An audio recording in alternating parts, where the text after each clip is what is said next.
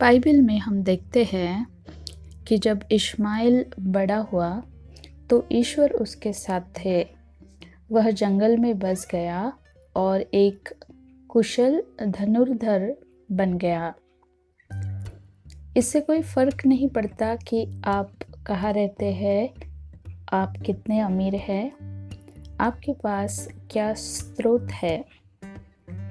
चाहे आपके माता पिता आपके साथ हो या चाहे वो इस दुनिया में ना हो, यदि आपका ईश्वर के साथ गहरा संबंध है तो आप बुद्धिमान और विशेषज्ञ बन सकते हैं। जैसे इश्माएल एक कुशल धनुर्धर बन गया। बाइबल में उत्पत्ति अध्याय 25 और वचन 27 में हम पढ़ते हैं, जुड़वा बेटे जब बड़े हो गए और एसाव एक कुशल शिकारी और खुले देश का मनुष्य बन गया और याकूब तंबुओं के बीच घर में रहकर संतुष्ट था। याकूब एसाव का भाई था। इसहाक को जंगली खेल का शौक था। इसहाक उनके पिता थे। वह एसाव से प्रेम रखता था, परंतु उसकी पत्नी रिबका याकूब से प्रेम रखती थी।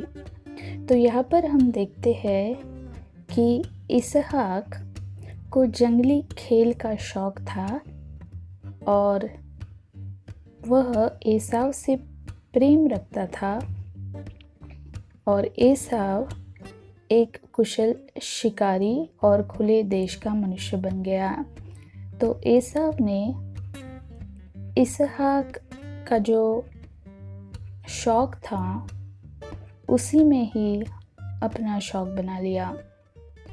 तो यहाँ पर ध्यान दो प्रियो कि जब हम परमेश्वर का अनुकरण करते हैं तो उनकी जो अच्छी बातें या उनके जो अच्छे कौशल्य होते हैं वो हम में आ जाते हैं। एसाव का शरीर पूरे बालों से भरा था, उसका रंग लाल था। भले ही वो इतना आकर्षित नहीं था दिखने में, फिर भी हम देखते हैं कि उसने अपने पिता का अनुसरण किया और एक कुशल शिकारी वह बन गया। यदि हम ईश्वर का अनुसरण करते हैं, चाहे हम कैसे भी दिखने में क्यों न हो, वह हमें कौशलों से समृद्ध कर सकता है।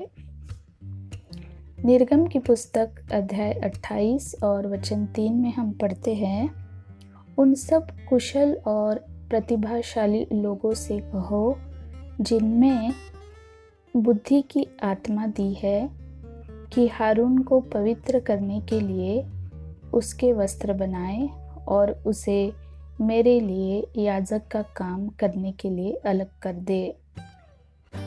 तो यहाँ पर कुशल प्रतिभाशाली लोगों से जिन्हें बुद्धि की आत्मा परमेश्वर की तरफ से दी गई है।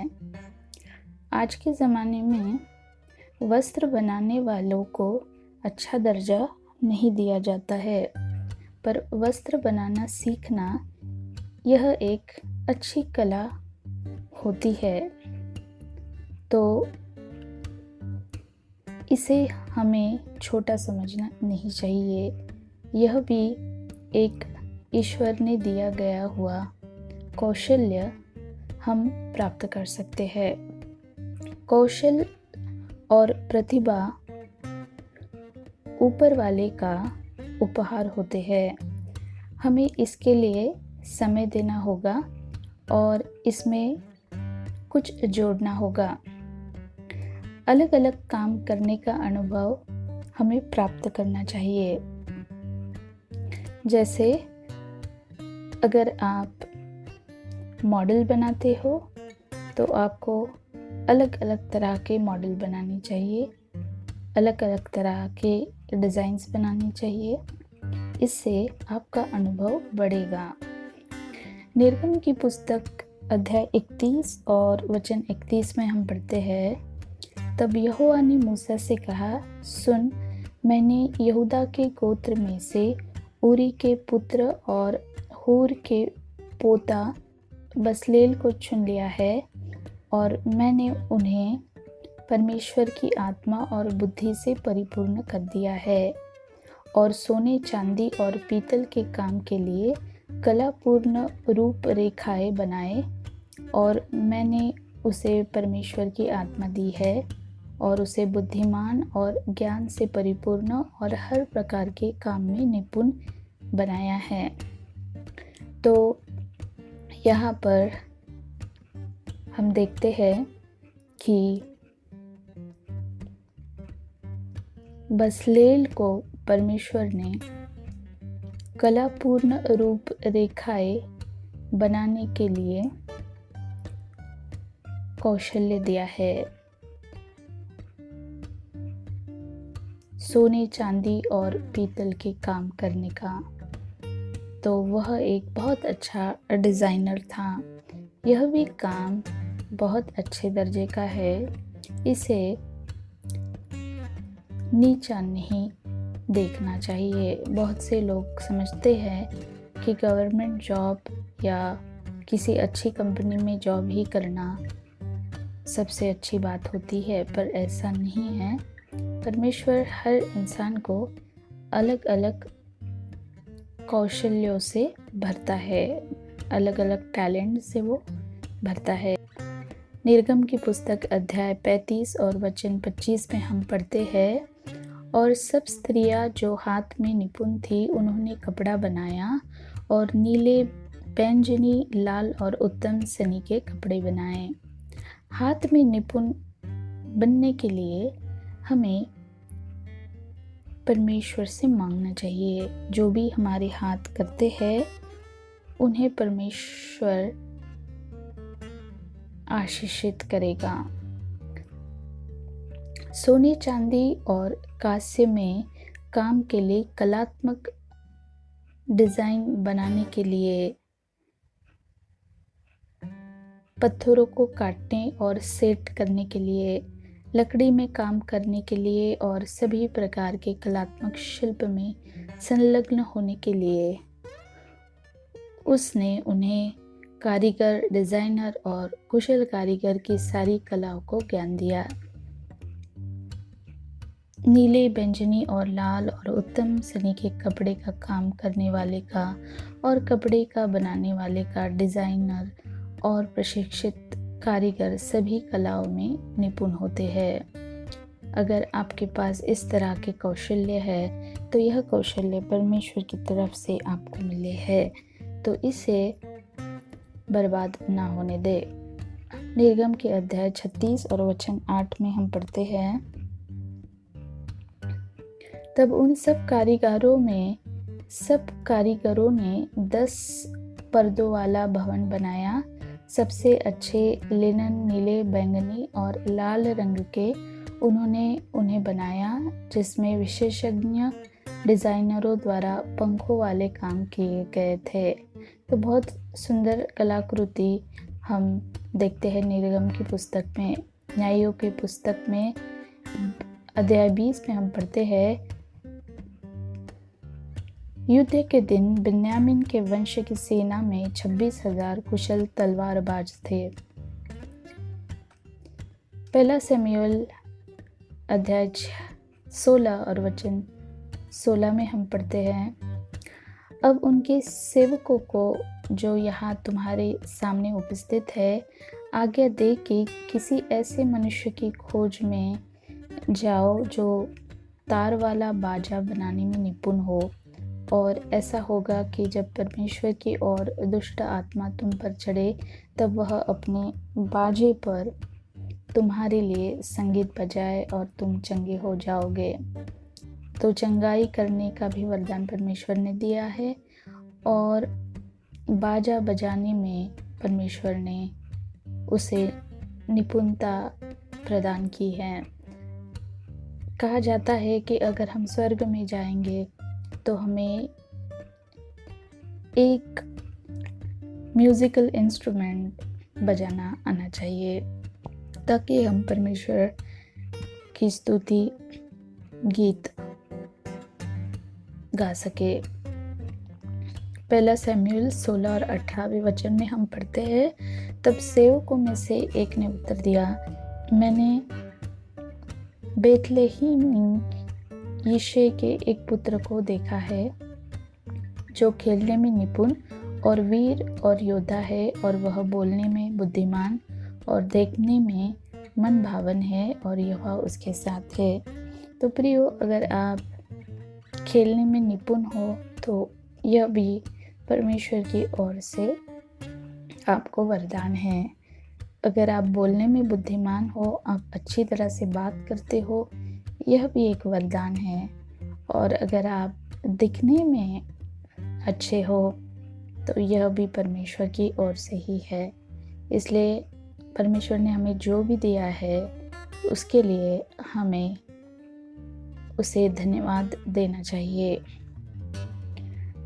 पेशेवर एक ऐसा नौसिखिया है जो हर रोज़ दिखाई देता है।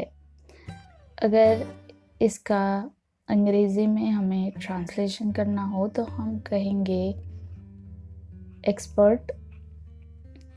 एक्सपर्ट जो होता है वो हर रोज़ दिखाई देता है जिस काम में वह रुचि रखता है। अगर आप कोई कोर्स कर रहे हो तो रेगुलर क्लासेस अटेंड करो। अगर आप का कोई बिजनेस हो तो आप रेगुलर उस बिजनेस के कार्य करते रहो। तो आपको रोज अपने आप को दिखाई देना है। ईश्वर ने सभी को सोचने और कार्य करने की समान क्षमता दी है, इसलिए हमें उस